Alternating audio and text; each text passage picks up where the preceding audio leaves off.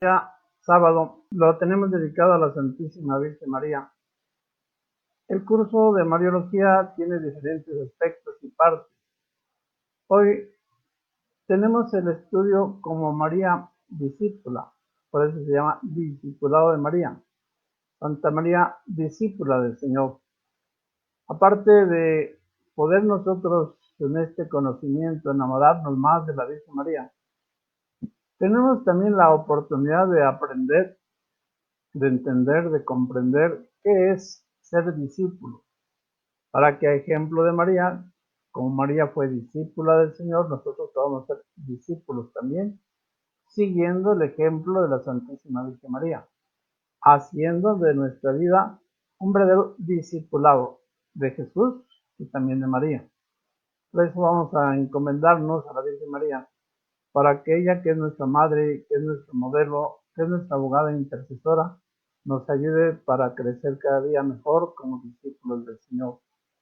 Invocamos la acción de la fuerza del Espíritu Santo para que interceda por nosotros, dándonos la luz, la sabiduría y la ciencia necesaria para vivir como discípulos del Señor. En nombre del Padre y del Hijo y del Espíritu Santo. Amén. Ven, Espíritu Santo, llena los corazones de tus fieles y enciende en ellos el fuego de tu amor. Envía, Señor, tu Espíritu y se renovará la faz de la tierra. Padre nuestro que estás en el cielo, santificado sea tu nombre. Venga a nosotros tu reino. Hágase tu voluntad en la tierra como en el cielo. Danos hoy nuestro pan de cada día. Perdona nuestras ofensas como también nosotros perdonamos a los que nos ofenden. No nos dejes caer en la tentación, líbranos del mal. Amén. Con la luz y la gracia del Espíritu Santo, entremos pues a este bello tema en el que conoceremos cuáles son las características del discipulado de María, para que nosotros también podamos ser discípulos de Jesús.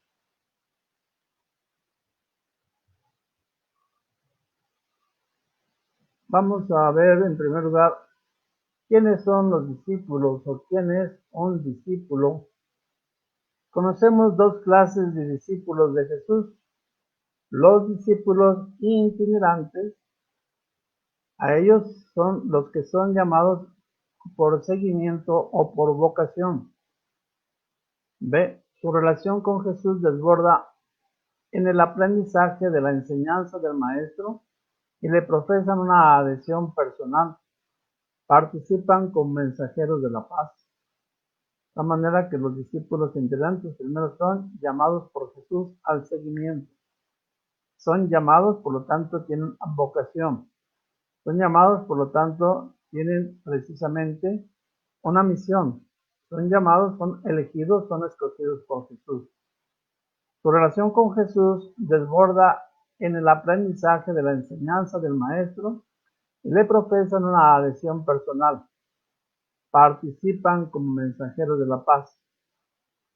En su relación con Jesús son testigos de todo su actuar, escuchando su anuncio, perciben su obra, sus signos y milagros, los siguen a todas partes.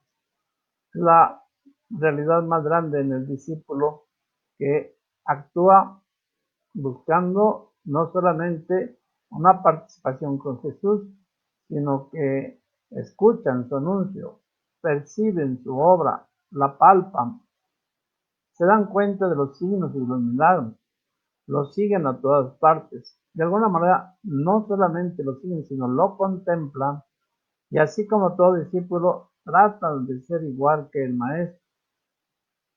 Y en última instancia, los discípulos son vínculo con Jesús, y ese vínculo con Jesús es permanente y no transitorio. Los discípulos, pues, itinerantes, son los que de alguna manera en él, en el caminar de Jesús, en el actuar de Jesús, en el sentir de Jesús y en las acciones de Jesús, lo van aprendiendo todo de él y lo van reflejando en su vida, en sus hechos y en sus acciones. Tenemos ahí algunas figuritas, unas fotos, unos cuadros representativos. Sus discípulos forman una nueva familia que convive con él. Dice el Evangelio de San Marcos, capítulo 3, versículo 14. Jesús escogió a 12 para tenerlos en su compañía y para enviarlos a predicar. De tal manera que el discípulo participa del sentimiento, de las acciones de Jesús porque está con él. Jesús lo llamó. Jesús es quien elige a sus seguidores y los llama. Por eso hablamos de vocación al seguimiento en referencia a los apóstoles. Es decir, el discípulo es primero que el apóstol. El discípulo es llamado también por el Señor para estar con él. ¿Para qué es el discípulo? Para estar con él simplemente. Y para que estando con él, de alguna manera, viva su espiritualidad y aprenda de su enseñanza a decidir y actuar en el mundo conforme el maestro les está enseñando. Es una vocación muy hermosa. Vamos a aplicarla luego después a la Virgen María y después a nosotros. ¿Quiénes son los discípulos residentes? Son llamados también sedentarios o domésticos. Son aquellos que, por su nombre lo dice, residen en nuestro lugar. No los llama al seguimiento, pero tienen un vínculo de adhesión a Jesús y de comunión con Él. Fíjense bien, los residentes, los domésticos, los sedentarios, no tienen un vínculo de adhesión a Jesús y de comunión con Él.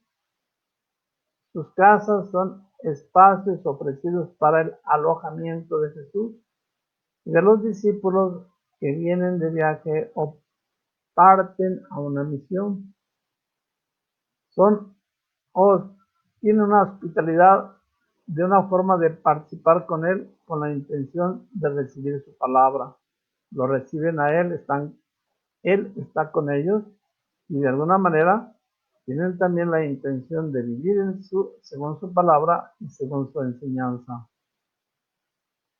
Tenemos ahí algunos ejemplos de cómo a algunos de los discípulos del Señor lo recibieron y Él fue a sus casas. El maestro cuenta con el apoyo de los amigos y benhechores del grupo. A través de ellos se hace presente la providencia de Dios para con los suyos. Por ejemplo, María de Betania aparece en el Evangelio de San Juan como modelo de discípulo. La presenta sentada a los pies de Jesús, escuchando su palabra. Esa es otra forma de ser discípulos, pero siempre al pie del maestro, siempre escuchando al maestro, siempre abriéndole su casa y abriéndole su corazón para que el maestro llegue a ellos y el discípulo llegue también a la enseñanza del Señor, la enseñanza del maestro. Aplicámoslo pues ahora a la Santísima Virgen María, porque de ahí también tenemos que aplicarlo a nuestra propia vida.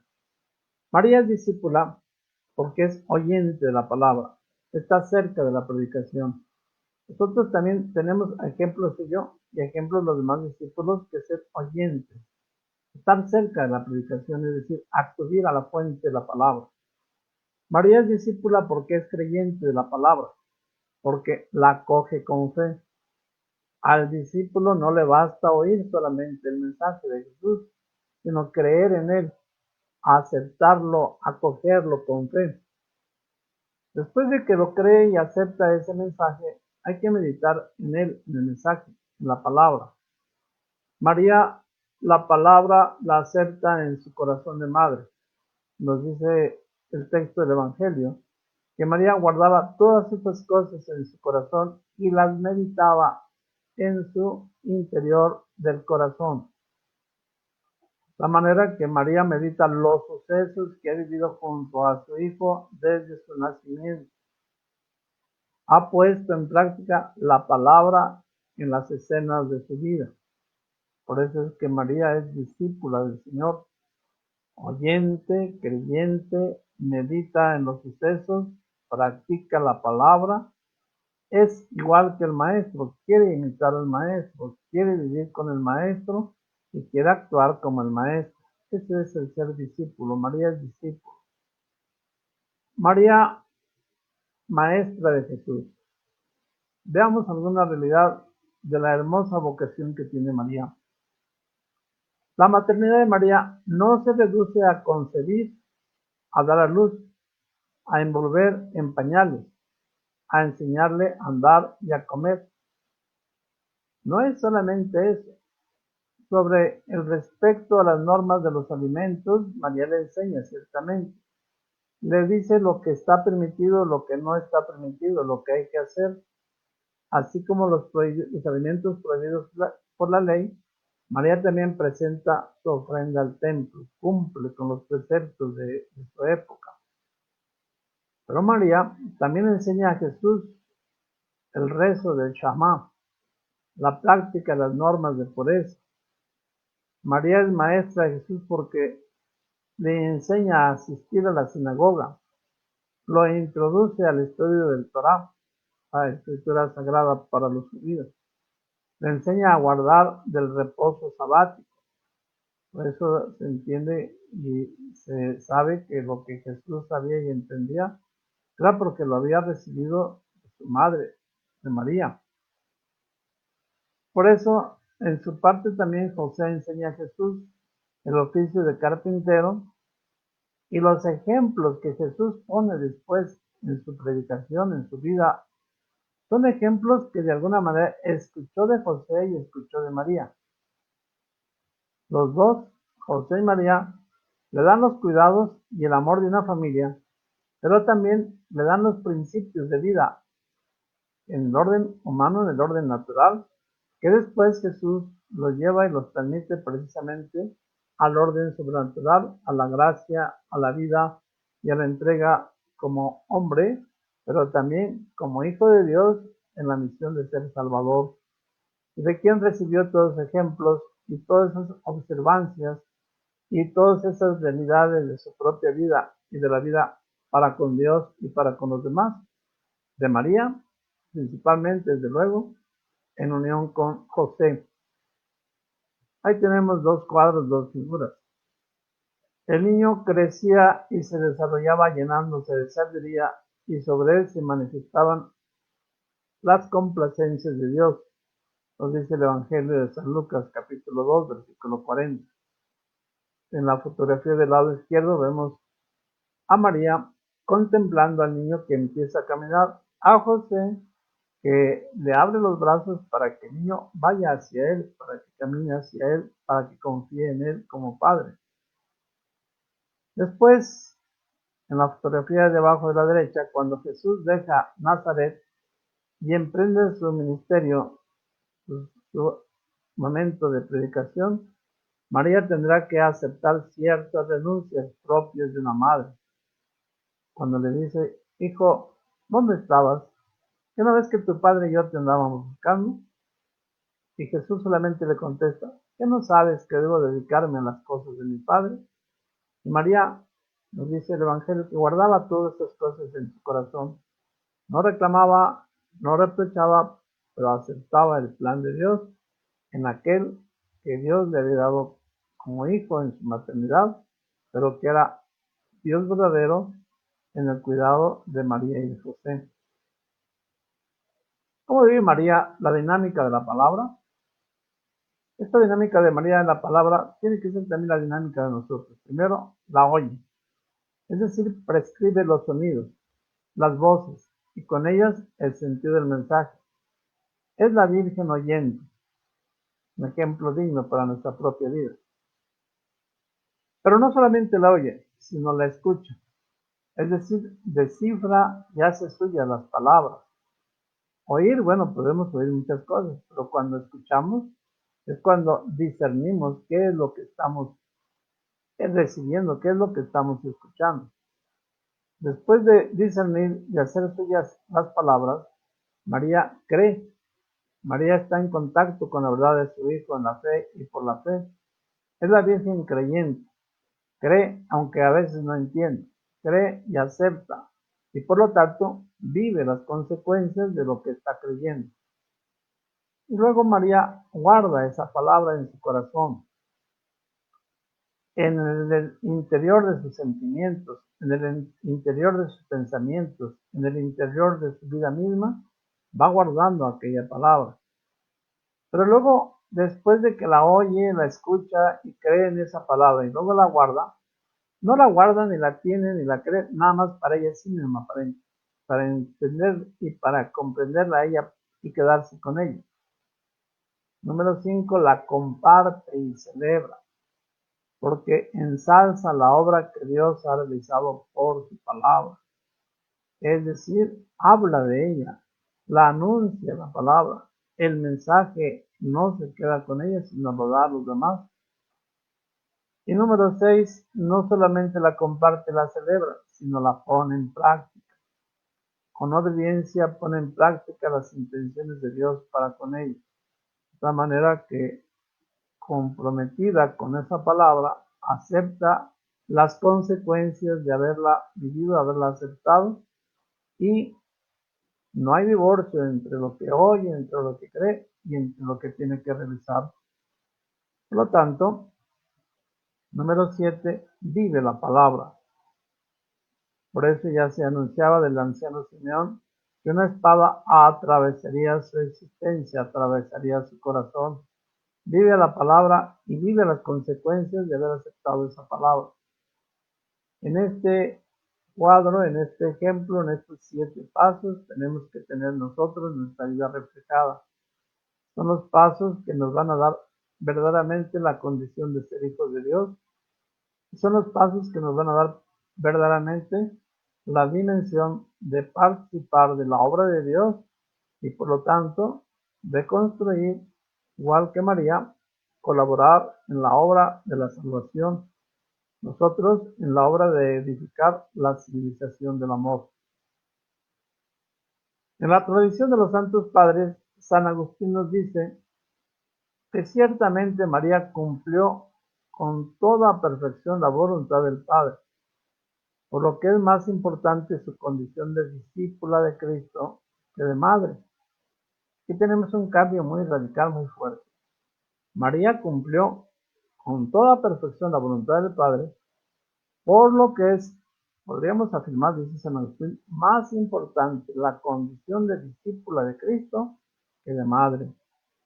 El papel de madre pues es importante, porque le dio el ser, le dio la condición de ser hombre, de ser hijo de Dios.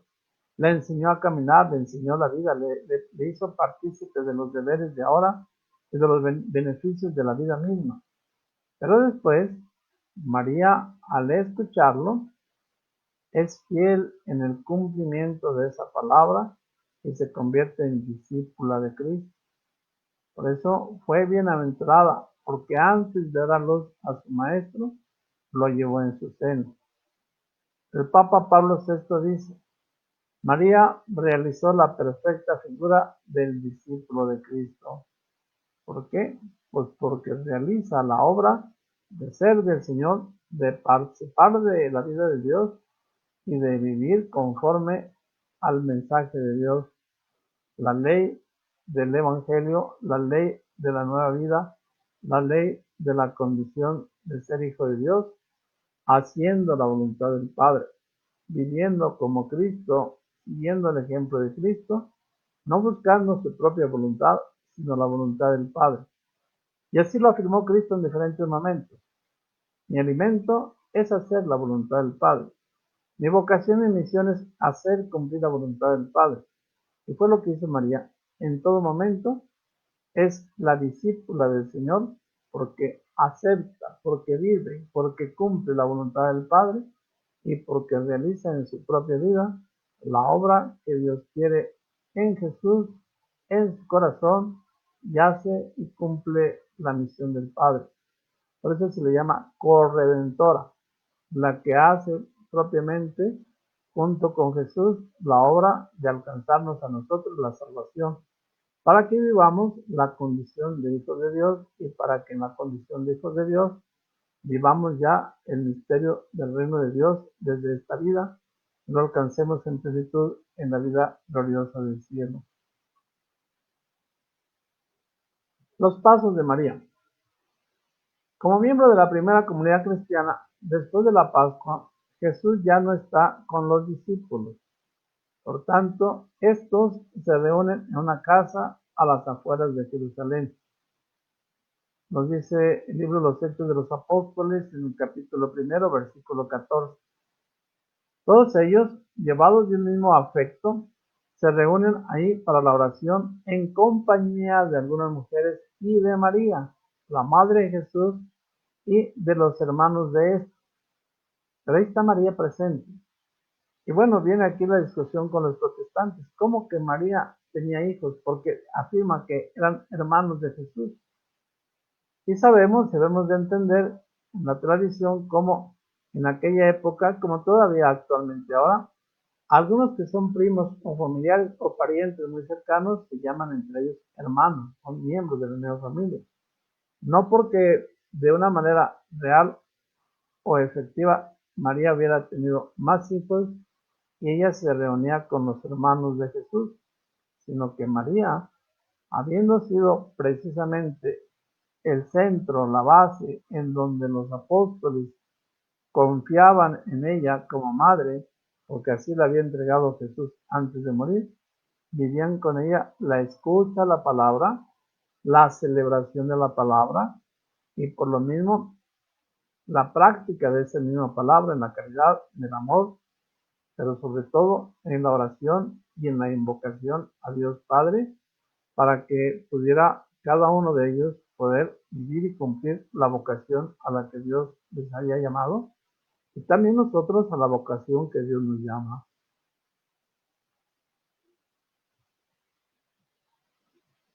María pues pasa de ser discípulo de vida a otro acto de fe. Da un paso de ser no solamente discípula de una vida, sino a vivir y a creer en la palabra de Dios.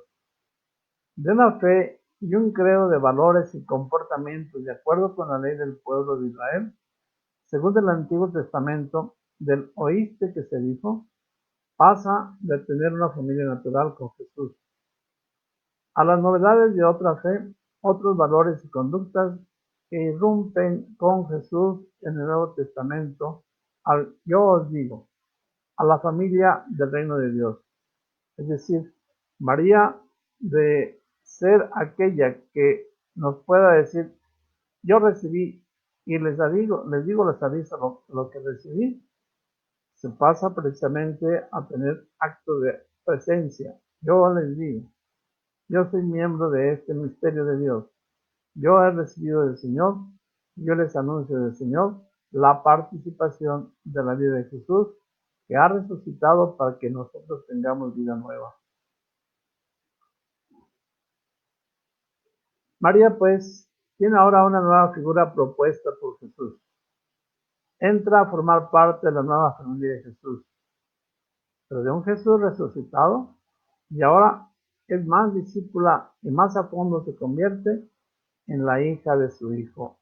Es decir, María se convierte en miembro de la Iglesia, María se convierte en partícipe de la obra de la salvación de Jesús y María se convierte no solamente en madre, sino en seguidora de Jesús, como discípula de Jesús, para participar de los dones de la gloriosa resurrección de Cristo en la vida nueva, como pueblo nuevo, como nación nueva, como miembro del cuerpo de Cristo, que ha resucitado, ha vencido al pecado y ha vivido en la vida nueva del Señor, para participar desde ahora de los dones de Cristo y después de la gloria eterna, en la gloria del cielo. Por eso, María, que había sido preparada por Dios para que ella pudiera nacer su Hijo, es ahora no solamente templo del Espíritu Santo, templo en el cual se forma la presencia de Jesús hecho hombre, sino que es partícipe ahora del misterio de la Iglesia, por el cual, como miembro del cuerpo de Cristo, como miembro de la acción salvadora de Cristo, es llamada la intercesora, es llamada la abogada, es llamada la cooperadora de la obra de la salvación y está como miembro de la Iglesia, partícipe de los dones del mismo Jesús, pero también partícipe de la dicha y de la felicidad eterna. Por eso María, lo veremos más adelante, es asunta al cielo, en cuerpo y alma a la gloria eterna, para que nuestra fe y nuestra confianza crezca. y pueda en nosotros realizar una obra de verdadera salvación, creyendo y aceptando que si María está en el cielo, nosotros, por la fe y por la adhesión a Jesús y por la vivencia misma en el cuerpo místico de Cristo, podremos participar con estos mismos ojos, con estas mismas manos, con esta misma vida, en la gloria eterna, para darle a Dios el honor y la gloria que merece y alcanzar nosotros los méritos que Él nos alcanzó por su pasión y muerte y con su gloriosa resurrección para la gloria del Padre en Jesús en unión con María. Demos gracias a Dios entonces por esta presencia de María y que a través de este curso, a través de este estudio, podamos nosotros descubrir el amor tan grande del Padre que nos ha dado a María y que en María tenemos el modelo y el ejemplo para alcanzar la salvación. Nos despedimos de la Santísima Virgen María saludándola como la saludó el ángel. Dios te salve María, llena eres de gracia, el Señor está contigo, bendita eres entre todas las mujeres, y bendito es el fruto de tu vientre Jesús. Santa María, Madre de Dios, ruega por nosotros los pecadores, ahora y en la hora de nuestra muerte. Amén. Hacemos en este año jubilar la oración de acción de gracias por la fundación de la 25 años de la fundación de la diócesis de Ecatepec. Decimos, Padre lleno de amor y de misericordia, con el envío de tu Hijo Jesús entre nosotros, nos colmaste de paz y alegría. Le pedimos por nuestra iglesia que peregrina en Ecatepec al celebrar su 25º aniversario, y que imagen de tu Hijo Jesús continúa con anunciar el gozo del Evangelio entre los más pobres y necesitados. Derrama sobre nosotros la gracia de tu Espíritu Santo para que nos asista en nuestro trabajo misionero. Cólmanos de abundantes vocaciones. Bendícenos en nuestros pastores y laicos. Que nuestra Madre Santa María de Guadalupe interceda por nosotros y nos bendiga. Amén. Que María Santísima entonces nos acompañe. Invocamos a María la bendición que hemos aprendido desde niños. Dulce Madre, no te alejes, tu vista en una parte. Ven conmigo a todas partes y nunca solo me dejes. Ya que me proteges tanto como de la Madre, haz que me bendiga el Padre, el Hijo y el Espíritu Santo. Amén. Que el Señor les bendiga y les acompañe siempre, y que la protección y la sabiduría de la Santísima Virgen María nos alcance toda la salvación y la gloria eterna. Amén. Dios les bendiga.